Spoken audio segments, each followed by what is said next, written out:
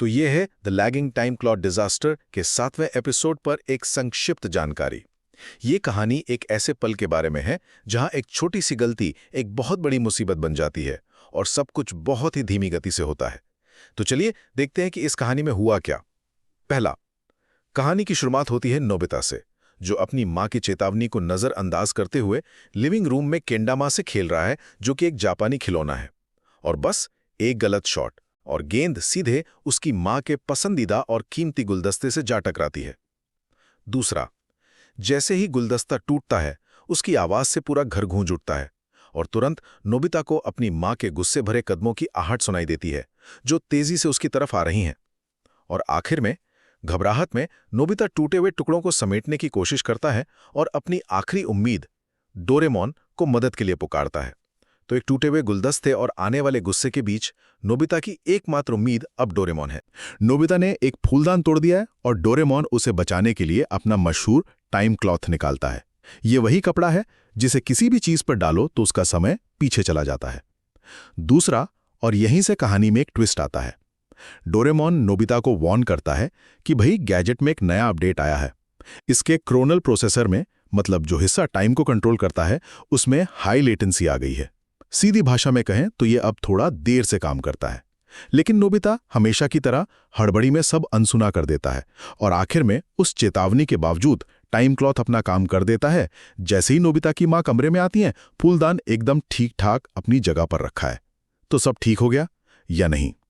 Doraemon की वो warning एक सस्पेंस छोड़ जाती है कि इस देरी का, इस लेटेंसी का असली असर आगे चलकर क्या होने वाला है। तो कुल मिलाकर पुरानी प्रॉब्लम का हल तो मिल गया, लेकिन एक नए टेक ग्लिच ने भविष्य के लिए एक नया खतरा खड़ा कर दिया है। सबसे पहले एक गुलदस्ता है जो टूट गया है।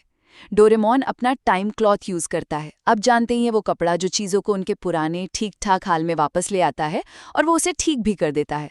पर इसके ठीक बाद वो गुलदस्ता ना अजीब तरह से टिमटिमाने लगता है। 1 सेकंड साबुत और अगले ही पल टुकड़ों में, एकदम अजीब। तो दूसरा सवाल ये उठता है कि ऐसा हो क्यों रहा है। अच्छा, डोरेमोन इसे समझाता है बफरिंग या सिंक एरर की तरह। सोचिए जैसे कोई वीडियो अटक अटक के चल रहा हो। हकीकत ये तय ही नहीं कर पा रही है कि गुलदस्ते का कौन सा रूप दिखाए, टूटा हुआ या ठीक वाला। और जब नोबिता उसे छूने की कोशिश करता है ना, तो उसकी उंगली सीधे उसके आर पार निकल जाती है, बिल्कुल किसी वीडियो गेम के ग्लिच जैसा, है ना। और आखिर में डोरेमोन एक चेतावनी देता है। वो कहता है कि जब तक ये कनेक्शन स्टेबल नहीं हो जाता, इस गैजेट को किसी भी कॉम्प्लेक्स चीज पर इस्तेमाल नहीं करना चाहिए। क्यों? क्योंकि ये तकनीक अभी भरोसे के लायक ही नहीं है। होता ये है कि डेट से ठीक पहले उसकी नाक पर एक बड़ा सा पिंपल निकल आता है। अब अपना लुक तो खराब होने नहीं दे सकता, तो वो सोचता है कि क्यों ना टाइम क्लॉथ का इस्तेमाल किया जाए। तो दूसरा वो करता है क्विक फिक्स। बस 1 सेकंड के लिए वो कपड़ा अपने सिर पे लपेटता है और अरे वाह, जैसे ही वो कपड़ा हटाता है, पिंपल गायब और स्किन एकदम बच्चे जैसी सॉफ्ट। उसे लगता है बस अब तो सब सेट है, लेकिन कहानी में ट्विस्ट तो अब आता है। आखिर में वो पूरे कॉन्फिडेंस के साथ शिजुका से मिलने पहुंचता है, पर जैसे ही शिजुका उसे देखती है, वो जोर से चीख पड़ती है। आप सोचिए, नोबिता तो एकदम हैरान, उसे समझ ही नहीं आता कि गड़बड़ क्या हो गई। शिजुका देखती है कि नोबिता का सिर उसके शरीर के साथ बिल्कुल भी सिंक में नहीं है। मतलब वो मुड़ता है और उसका चेहरा 2 सेकंड बाद उसकी जगह पर आता है। और तो और, जब वो बोलता है ना, तो उसके होंठ तब हिलते हैं जब वो अपना सेंटेंस खत्म कर चुका होता है। और यहीं से ना असली कॉमेडी शुरू होती है। नोबिता भागने की कोशिश करता है, पर सोचिए, उसके पैर तो एकदम तेज चल रहे हैं, लेकिन उसका सिर पीछे अटका हुआ है। तो होता क्या है? जाहिर है वो गिर जाता है। और सबसे मजेदार बात तो यह है कि गिरने का दर्द भी उसे तब होता है जब वो उठने की कोशिश कर रहा होता है। मतलब बिल्कुल डिलेड रिएक्शन। और आखिर में सवाल ये उठता है कि ये सब हो क्यों रहा है। खैर, इसका जवाब तो हमेशा की तरह डोरेमोन ही लाता है। वो अपने सेंसर से पता लगाता है कि नोबिता ने किसी गैजेट का इस्तेमाल एक जीवित प्राणी पर किया है, और इसी वजह से उसके चेहरे को 9000 मिलीसेकंड पिंग मिल रहा है कि उसका चेहरा कहीं और शरीर कहीं और। सोचिए जरा। तो पहली बात, डोरेमोन का सॉल्यूशन। अब आप सोचेंगे कोई हाईटेक गैजेट निकाला होगा, है ना?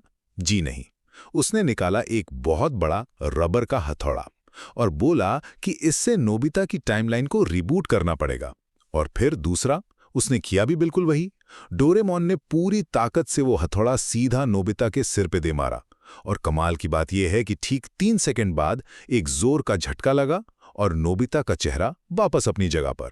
वो एकदम ठीक हो गया था। और आखिर में आता है कहानी का सबसे मजेदार मोड़।